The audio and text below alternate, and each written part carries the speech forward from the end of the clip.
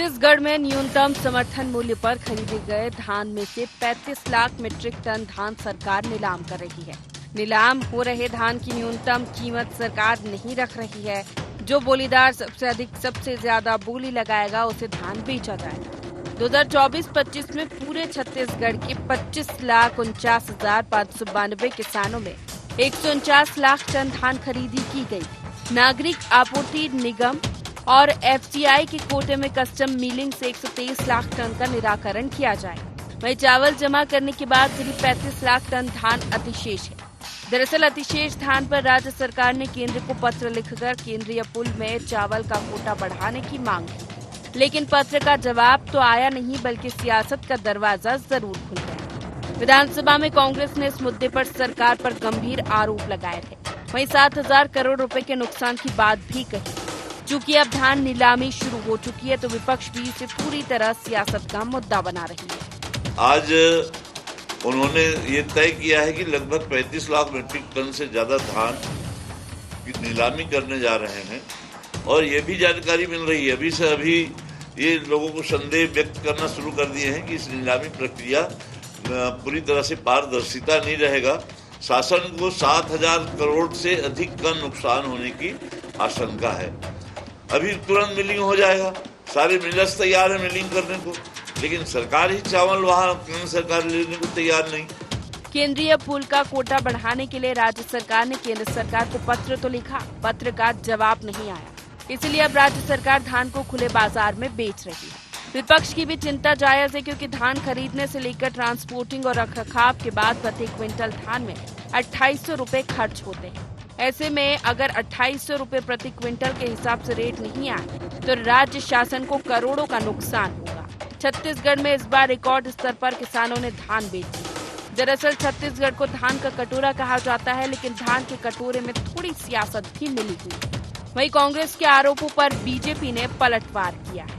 हमारी सरकार की प्रतिबद्धता किसानों के हित में निर्णय करके हमारी सरकार ने काम किया है। 30 एकड़ 21 कुंटल धान की खरीदी हमने की है।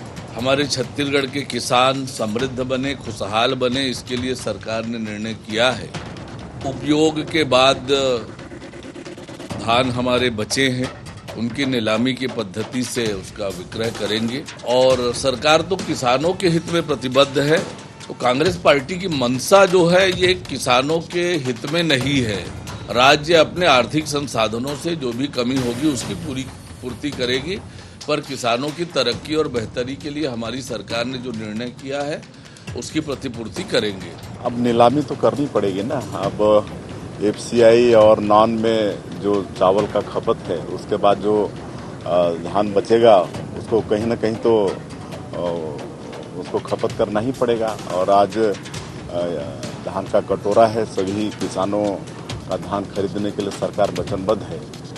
शायद सरकार ने धान नीलामी की शुरुआत कर दी। खुले बाजारों में धान बिकने से सरकार को नुकसान हो सकता है, लेकिन सरकार का कहना है कि किसानों के लिए वे वचनबद्ध है।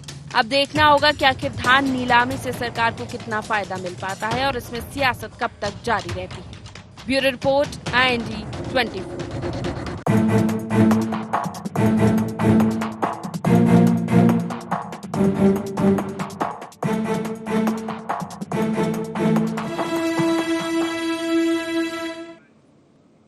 नमस्कार, स्वागत है आपका। गुहार छत्तीसगढ़ देख रहे हैं आप। मैं हूं आपके साथ प्रशिता शर्मा। धान पर सियासी घमासान फिर मच गया है। छत्तीसगढ़ में धान की नीलामी हो रही है। खुले बाजारों में धान की नीलामी पर सियासत भी तेज होती नजर आ रही है। विधानसभा के बजट सत्र के दौरान इस पर चर्चा भी हुई थी, जिस पर सरकार ने इस मसले पर केंद्र से पत्राचार भी किया, लेकिन इन पत्रों का कोई जवाब नहीं आया और उसके बाद फिर ये नीलामी शुरू की गई। वहीं डबल इंजन सरकार होते हुए छत्तीसगढ़ में अब धान के नीलाम होने पर सियासत का डंका बजना फिर से शुरू हो गया है।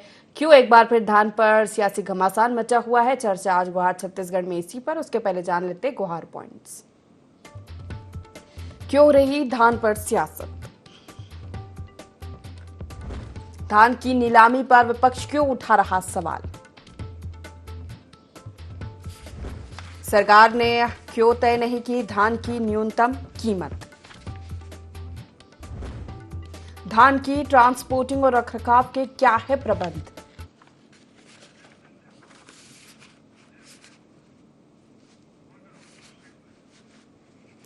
तो इन्हीं मुख्य सवालों के साथ चर्चा की शुरुआत करेंगे। खास पैनल जुड़ गया है, परिचय आपका करा देते हैं। कांग्रेस से पक्ष रखेंगे सत्य प्रकाश सिंह हमारे साथ जुड़ रहे हैं, बीजेपी से रविंद्र सिंह हमारे साथ जुड़ रहे हैं और वरिष्ठ पत्रकार गंगेश द्विवेदी जी। तीनों का बहुत स्वागत है इस खास चर्चा में। शुरुआत सत्य प्रकाश जी आपसे करना चाहूंगी चर्चा की कि धान की नीलामी हो रही है खुले बाजार में। हो सकता है सरकार को इससे नुकसान हो, लेकिन सरकार का ये कहना है, सीएम विष्णुदेव साय का ये कहना है कि हम वचनबद्ध है, कहीं तो खपत करनी पड़ेगी। जी देखिए, ये 1.5 साल से जो सरकार बनी है कोई ऐसा वर्ग नहीं जिसको सरकार नहीं चला। रोजगार के नाम पे सरकार आई थी, बल्कि शिक्षा का जो बहाल शिक्षा उनको निकाल देती। महतारी अपने आबरू अपनी इज्जत के लिए, रक्षा के लिए, अपने सम्मान के लिए सरकार से गुहार लगाती है, सरकार सुनती नहीं है। अब आज ये किसान जो छत्तीसगढ़ में सबसे समृद्ध है, सबसे ज्यादा जो वर्ग है वो किसान वर्ग है। किसान अपना हक मांगता है। पिछले 1.5 साल से अगर देखा जाए, किसान दर दर भटक रहा, चाहे बारदाने की बात की या उनको जो सम्मान मिलना चाहिए, हक की बात की, वो कहीं ना कहीं जिन्होंने बोला एक बार मिलना चाहिए वो नहीं मिलता है।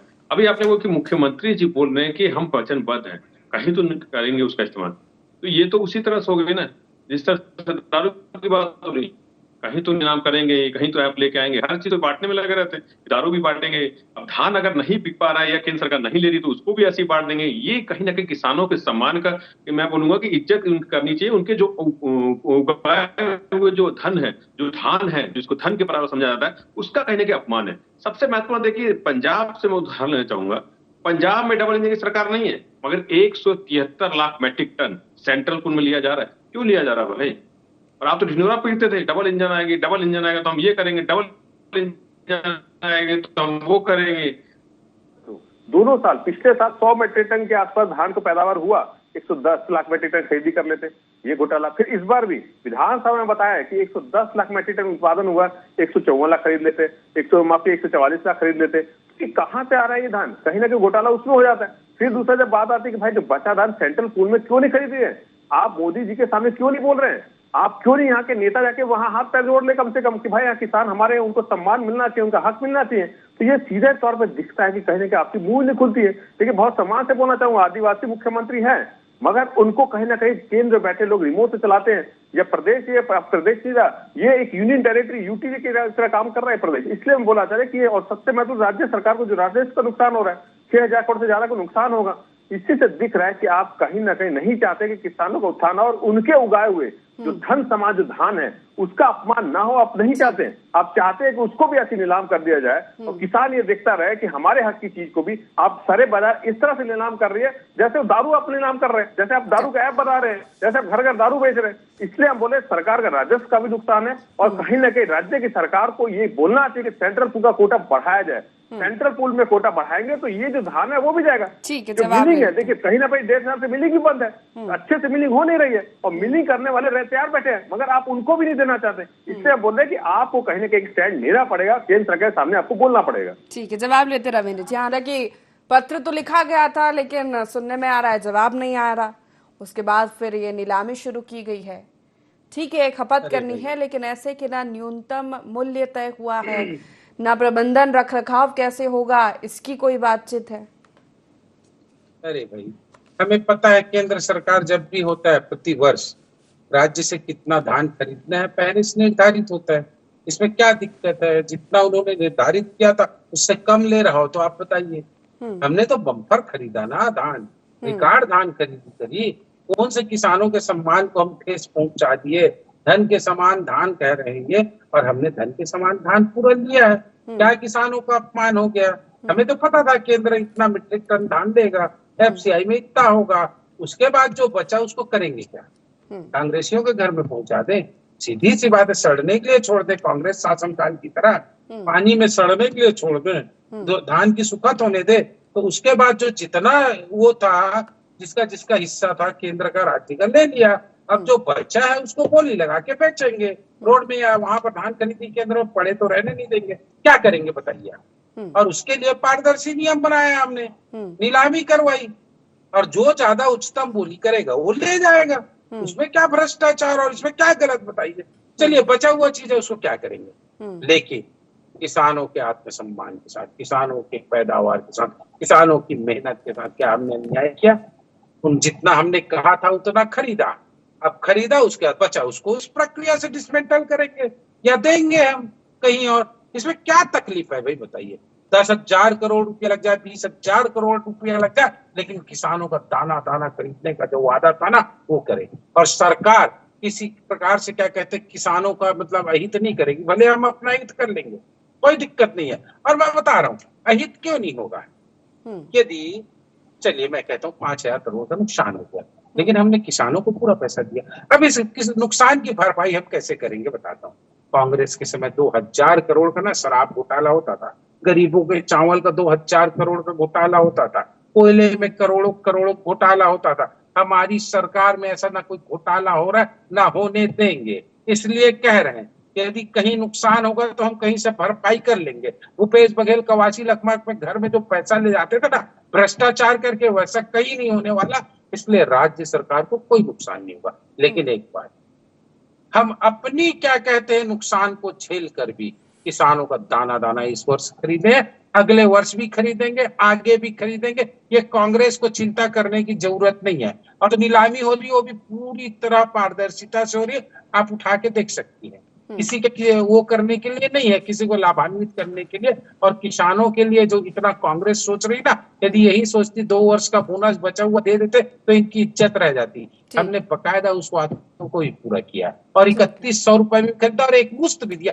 इसीलिए कांग्रेस के पेट में दर्द हो रहा है। मुद्दा विहीन लोग हैं, क्या करें भैया, भ्रष्ट कांग्रेसी जिनके ऊपर तमाम प्रकार के FIR हो रहे हैं ना, उसी के कारण सरकार कर्जे में डूबी थी। और ऐसा हम नहीं होने दे रहे, इसलिए हमको चिंता नहीं है, बिल्कुल चिंता नहीं है। हम बेचेंगे ना, जो अतिशेष होगा उसको रोड में, फिर मैं कह रहा हूँ, न सड़ने के लिए, न गलने के लिए, न भ्रष्टाचार की तरह उठा के बेचने के लिए नहीं रखें, बिल्कुल प्रक्रिया की तरह बेचेंगे। उससे भी हमारा राजस्व की वृद्धि ही होगी। इसका जवाब लूंगी। और गंगेश जी से एक प्रतिक्रिया उसके पहले कि सरकार का फैसला खुले में नीलामी, हालांकि अभी तक ये जो सवाल उठ रहे हैं कि रखरखाव प्रबंधन कैसे होगा, सरकार ये दावा कर रही है पूरी ट्रांसपेरेंसी है और वो वचनबद्ध है, इसलिए खपत तो करनी पड़ेगी। गंगेश जी। जी देखिए, ये जो व्यवस्था की है, जो अतिरिक्त चावल आ गया है उनके पास, इसमें एक ये व्यवस्था तो ठीक है कि उसी नीलामी करके उसे सही हाथों में समय रहते बेच दें। नहीं तो अभी तक इसमें भी बड़े घोटाले होते रहे पहले कि चावल जो खुले में उनका स्टोरेज होता था और वहां पर वो धान सड़ रहे चावल रखे धान सड़ जाते थे, फिर बाद में 2 रुपए किलो 3 रुपए किलो में बिकते थे। और ज्यादातर जो शराब लॉबी है ऐसे चावलों खरीदती, ऐसे धानों खरीदती रही है। तो उससे कम से कम फिलहाल तो मुझे लगता है कि बचत होगी और अभी अच्छी कीमत मिल जाएगी। दूसरा, इसमें अगर एक सरकार मतलब केंद्र सरकार से भी इसमें पहल होनी चाहिए कायदे से। इथेनॉल प्लांट लगाने की जो योजना है सालों से लंबित है, ये मतलब बघेल सरकार के समय से ही केंद्र सरकार की तरफ से आई थी योजना। मुझे लगता है इथेनॉल प्लांट से यहाँ लगा दिए रहते तो चावल से इथेनॉल बनाने की जो अगर प्लांट होते तो ये सारे चावल वहां पे खप जाते और बहुत अच्छे रेट में खप जाते। केंद्र सरकार अभी आपको जानकारी दे दूं, शायद होगा भी आपको जानकारी में, केंद्र सरकार ऐसे प्लांट को कई राज्यों में दे रही है चावल और अच्छी कीमत पे दे रही है। मेरे ख्याल से लगभग 3,500 रुपए प्रति क्विंटल के रेट से बेच रही है केंद्र सरकार ये धान। और वही यहाँ पर चूंकि ऐसी स्थिति नहीं है, यहाँ पर अभी तक एक भी इथेनॉल प्लांट लगा नहीं है जो कि जरूरत भी है, तो इस वजह से यहाँ पर ओपन मार्केट में बेचना पड़ रहा है। अब इसमें देखिए रेट कम आने की संभावना इसलिए है क्योंकि देखिए खुले बाजार में जो है लगभग 2,000 क्विंटल के आसपास वो व्यापारी खरीदते हैं, जो सामान जो किसानों का जो बेचता है। और अब 3,100 के रेट से सरकार ने लिया है, अब वो रेट तो नहीं मिलेगा, मुझे लगता है कि वो रेट तो नहीं आएगा, लेकिन फिर भी कंपेटेबल रेट आना चाहिए। तो एक तरह से समय पे खराब होने के पहले अगर उसको डिस्पोज आप कर देते हैं और चले जाता है, बिक जाता है चावल, तो उससे अच्छी कोई बात नहीं हो सकती। क्योंकि ओपन स्टोरेज की समस्या है, स्टोरेज है नहीं छत्तीसगढ़ में, ओपन में रखेंगे तो वैसे ही बारिश होगी, पूरा सड़ जाएगा धान। तो उससे बेहतर है उसको समय रहते बेच दें तो ज्यादा ठीक है। ठीक है, हालांकि सरकार दावा कर रही है कि पूरी व्यवस्था की हुई है, सत्य प्रकाश जी, पूरी ट्रांसपेरेंसी के साथ काम हो रहा है और सरकार को राजस्व का नुकसान है, इसकी भी चिंता करने की विपक्ष को जरूरत नहीं है। इशिता जी, जैसे आपने बोला कि हर चीज व्यवस्थित है, अगर व्यवस्थित होती ही तो राइस मिलर्स बंद क्यों होते, राइस मिल बंद क्यों होते, वो हड़ताल में क्यों जाते? मेरे को नहीं लगता 5 साल में हड़ताल पे गए थे चेन से। अगर व्यवस्थित सब चीज होती तो मेरे ख्याल से राइस मिल वाले अभी भी तैयार है, इस अव्यवस्था के बावजूद भी, तो भी वो आप मिलिंग करा लेते हैं, आपको नीलाम नहीं करनी पड़ती, पहली बात। दूसरी बात देखिए, अभी आपने भी बोला, रविंद्र सिंह जी बोल रहे कि हमारा राजस्व को नुकसान नहीं होगा, उस समय ये हुआ, उस समय, तो मैं तो बोल रहा ईडी को बुला लीजिए, वो थोड़ी जांच कर लेगी कि भाई आपकी शराब में क्या हो रहा है, कैसे किलोमीटर दूर को बुलाइए ना, वो जांच करेगी। अब सीबीआई को भी बुला लीजिए, तो वो बताएगी पुलिस भर्ती में क्या हो रहा है, कैसे एक आरक्षक की मौत हो जाती है, उसकी भी जांच करा लीजिए। इसलिए बोल रहे कि अपने गिरबान में पहले देखिए, उसके बाद किसी पर आरोप लगाइए। और सबसे महत्वपूर्ण देखिए, यही मैं बोल रहा हूँ कि बार बार बोले नीलाम हो गया, अरे तो नीलाम करने की क्या जरूरत है? जब आप जो ढिंडोरा पीटते थे 1.5 साल पहले तक, अरे हमारी सरकार से तो आपने 1.5 साल तक सेंट्रल पुल में चावल ही नहीं लिया था। ये आपने हद कर दिया था कि हमारी सरकार, बीजेपी की सरकार नहीं है तो हम चावल ही नहीं लेंगे 1.5 साल तक। तब आपने हमको, तब मजबूरी राजीव गांधी न्याय योजना लेके आने पड़ी थी, और आपकी तो डबल इंजन सरकार है ना, तो क्यों नहीं आप बोलते कि आप ले ही लीजिए ना, आपको रेट भी अच्छा मिल जाएगा। उनको बोलिए केंद्र सरकार में बैठे हो, अगर आप चाहते हैं तो सरकार को बोल दीजिए। इसी से दिखता है ना कि आप बोलना ही नहीं चाह रहे या बोल पाते ही नहीं है। ऐसे दो लोग बैठे हुए हैं, क्वांटिटी पहले तय थी, राज्य सरकार ने उतना खरीदा, केंद्र सरकार ने उतना लिया, उससे कम तो नहीं लिया। अतिरिक्त की बात है तो वो खपत करना तय था। ऋषिता जी, मैं उसमें बता रहा हूँ, आपको बताता हूँ। अभी आपने अच्छा सवाल किया, ये बोल रहे कि हमने सेंट्रल पुल में जितना था उतना तो दे दिया ना, उससे कम लिया गया। आपको मालूम है, जैसे मैंने पंजाब को उदाहरण दिया, पंजाब को कितना था सेंट्रल पुल का कोटा, आपको मालूम है? 160 लाख मेट्रिक टन, 170 लाख लिया और 172, माफ कीजिएगा, उसका कैसे बढ़ जाता है? आप नहीं बढ़ा पाते, जबकि वहां तो है ही नहीं डबल इंजन की सरकार, तो भी वहां बढ़ जाता है। वहां इसलिए बढ़ता है, वहां चुनाव आने वाले हैं, मगर यहाँ चुनाव खत्म हो गया है, यहाँ सब चुनाव खत्म हो गया, हमको मतलब क्या है? चुनाव गया रहे, अब हमको मतलब क्या है रे? ये वो वाली कहानी है। वहां चुनाव आ रहा है रे, चुनाव आ रहा है रे, तो हमको देना पड़ेगा रे, ये वहां है। इससे बोल रहे हैं, यहाँ पे चुनाव खत्म हो गए, आपको जनता से मतलब नहीं, आप बैठ गए सत्ता में, आपको कहीं ना कहीं अपनी सत्ता विलासना पूरी करनी है। ये भी धान जो जाएगा, मैं लिख के दे रहा हूं आपको, इसमें भी अपने ही भाई बहनों को, अपने बंधुओं को देंगे, अपने व्यापारी लोगों को देंगे, जैसे गंगेश जी ने बताया, अपने शराब माफियाओं को देंगे। ये कहीं ना कहीं उसी की ये शुरुआत है। जो नान घोटाला 35,000 करोड़ का रमन सिंह के समय में हुआ था, उसी की शुरुआत हो रही है। ये घोटाला कहीं ना कहीं देखिए 5 साल होते होते 40,000 या 50,000 करोड़ तक जाएगा। इसी तरीके से उस समय भी हुआ था और वही फिर से चालू हो चुका है। हम तो सीधे तौर से बोल रहे हैं कि सीधा आप केंद्र सरकार को बोलिए, इसको नीलाम नहीं होना चाहिए, ताकि राजस्व भी बढ़े और 7,000 करोड़ का जो नुकसान हो रहा है वो ना हो, किसानों को ये लगे कि हमारा सम्मान हो रहा है। इसलिए बोल रहे हैं, इसकी सरकार कहीं ना कहीं भाग रही है, बचने की कोशिश कर रही है। ठीक है, जवाब लेते रविंद्र जी। क्यों भागेंगे भाई? भागते तो नीलामी कराते क्या? और बहुत ईडी सीबीआई जांच करवा लो बोलते हैं। जब समय आया पीएससी के लड़के दौड़ते थे, मैं विषयांतर हो रहा, जब इनके भूपेश बघेल के पास जाते थे, भैया जांच करा दो, तो भूपेश बघेल कहते थे सबूत लाओ। मतलब जो लड़के परीक्षा दे रहे हैं उनको इंस्पेक्टर बनाते थे कि तुम लोग सबूत ला के दो। आज सीबीआई की बात कर रहे हैं, कल आ जाएगी ना तो ये लोग धरना प्रदर्शन करेंगे। तो मुझे लगता नहीं इस तरह के तर्कों की आवश्यकता होती है। दूसरी बात, गंगेश जी ने तो मुझे नहीं लगा ऐसा कहा है कि अपने शराब ठेकेदारों को ये धान बेचेंगे। गंगेश जी यदि कहे होंगे तो अभी क्लियर करेंगे। ये कांग्रेस के झूठे प्रवक्ता किस तरह झूठ बोलते हैं ये आपने देख लिया। मैंने ये नहीं बोला, मैंने जो बोला सामने सुन रहे, जो भी बोल रहा है सामने सुन रहे थे। प्रीशिता जी एक मिनट, मैंने ये बोला, गंगेश जी जो बताया कि शराब माफिया इस तरह के धान लेते हैं, मैंने वो बात बोली कि गंगेश जी सही बता रहे हैं, शराब माफिया से धान। गंगेश जी तो और भी समस्या बताए, इथेनॉल प्लांट की, मिलिंग की, और उसके बाद के ये खरीदी होने के बाद, नीलामी होने के बाद ये खुले में धान ना पड़ा रहे, उसके पहले ये पहुंच जाए लोगों तक, ये भी बोला है ना गंगेश जी ने। उनका सुझाव बहुत अच्छा है, मैंने तो इनका जवाब दिया, गंगेश जी पे आरोप लगा दिए कि गंगेश जी ने कहा कि ठीक है, इसका जवाब दे दीजिए। जी, मैं दे रहा हूँ जवाब। जी, सबसे बड़ी बात है, ये नहीं मालूम क्या क्या तर्क देते रहते हैं कि उसको पत्र लिखना था, पंजाब में है, आपने कहा, ये बोलते क्यों नहीं? हमने पत्र तो लिखा ना, हमें तो पता था ना कि हमारा इतना कोटा है सेंट्रल पूल में, तो फिर हम क्यों ये करेंगे?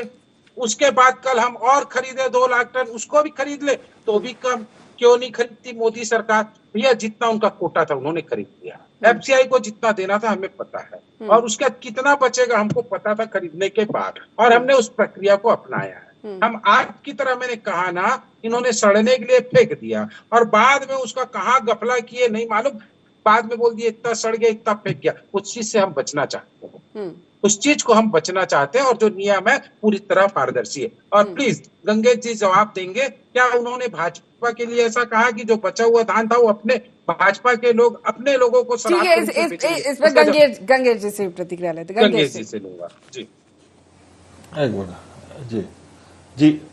जी देखिए, ये जो व्यवस्था जो मैंने कहा था वो ये कहा था कि डॉक्टर रमन सिंह जी के कार्यकाल की बात है ये। पहले जब राज्य बनने के बाद लगातार मान के चलिए 10 साल तक व्यवस्था ये थी कि खुले मैदान में धान का संग्रहण होता था और अक्सर बारिश के मौसम में धान में जरई लगना यानी सारे मीडिया के लिए प्रमुख विषय रहता था कवरेज का। और वो जो धान है बाद में शराब के ठेकेदार जो शराब कंपनियां वो खरीदती थी और बहुत कम रेट में खरीदती थी, ये बात मैंने कही थी। बाद में ऋचा शर्मा जब आई, मान के चलिए 2013-14 चुनाव के बाद ऋचा शर्मा ने एक सिस्टम बनाया। उन्होंने इस धान खरीदी केंद्र से डायरेक्ट धान उठाना शुरू किया था और वो व्यवस्था पूरा कांग्रेस शासनकाल तक चली। वो मतलब कहीं पर भी मतलब वहां से सीधे धान मिलर्स उठाते थे और कस्टम मिलिंग कर रहे थे। इस बार थोड़ी सी कस्टम मिली वाली व्यवस्था गड़बड़ाई, इसलिए धान बेचने की स्थिति आ रही है। तो मुझे लगता है कि अभी भी जो धान है समय रहता अगर इसको निकाल दे रहे हैं, अगर स्टॉक करेंगे तो स्टॉक करने के लिए जगह नहीं है, गोदाम नहीं है। ओपन में अगर कहीं भी कैप तो लगाकर स्टॉक करेंगे खुले मैदानों में करते हैं, वहां पे करेंगे। कांग्रेस के प्रवक्ता ने ये आरोप लगाया बचा सकते बारिश में। आपने कहा कि वो विशेष धान को शराब के भाजपा के ठेकेदारों को देते थे, क्या आपने ऐसा कहा कि शराब के लोग भैया आप जबरदस्ती किसी तुरंत झूठ आप लोग की आदत होगी, हम लोग की आदत नहीं। मैंने साफ तौर पे बोला, गंगेश जी ने जो बात बोली कि शराब माफिया की नजर रहती है, तो ये मैंने वही बोला बीजेपी का अपने शराब माफिया नहीं, वो ये कहना था कि शराब ठेकेदार बाद में बहुत कम दामों में खरीद लेते हैं कि खपत हो जाए, खराब ना हो, समस्या वो है। पहले खरीदते पहले खरीदते थे रमन सरकार की बात है, ठीक है, लेकिन कांग्रेस जी ने कहा है, क्या कहा है, वो मुद्दा नहीं है ना, धान मुद्दा है। वो झूठ बोले ना, इसलिए क्या रणनीति है सरकार की? देखिए छत्तीसगढ़ में हर साल धान सियासत का मुद्दा बन जाता है, लेकिन धान का रखरखाव कैसा होगा, पैदावार कितनी होगी, सरकार कितनी खरीदी करेगी, बाद में जो बचेगा उस धान का क्या होगा, कैसे स्टोरेज की व्यवस्था होगी, इस पर कोई ठोस रणनीति क्यों नहीं बन जाती है? तो ठोस क्योंकि ये तो तय है, धान का कटोरा है छत्तीसगढ़, किसी भी से कोई भी राजनीतिक दल है, कोई भी राजनीतिक दल हो, उसके लिए एक एक करके जवाब दीजिएगा। रविंद्र जी पहले आप, तो जो बचेगा उसको हम अपने तरीके से करेंगे। एक तरीका हमारे पास ये था, जो अतिशेष था उसकी नीलामी करना। हो सकता है अभी तो रेट आया नहीं है, उसमें कैसे कह दिए 7,000 करोड़ का नुकसान होगा, 8,000 करोड़ का होगा। अरे रेट आ जाए उसके बाद तय करना इतने 1,000 करोड़ का नुकसान हुआ। लेकिन विकल्प यही है और इस विकल्प पे हम जा रहे हैं और इससे भी बेहतर विकल्प होगा। यदि गंगेश जी बोलते हैं कि इथेनॉल का जैसे लगाना चाहिए, आवश्यकता होगी तो बिल्कुल लगेगी, लेकिन अभी तो यही तरीका है। अभी तो है नहीं इथेनॉल का वो जो उसको दे दें, प्रक्रिया में टाइम लगता है।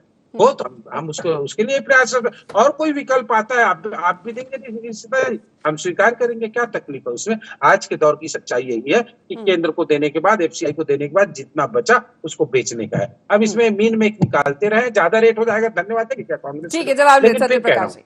बिल्कुल, लेकिन किसानों का दाना दाना खरीदेंगे, एक किसानों का सम्मान तब होगा जब खुले में धान सड़ेगा नहीं और ना खराब होगा। मुझे लगता है कि तब किसानों का सम्मान बिल्कुल नहीं सड़ेगा।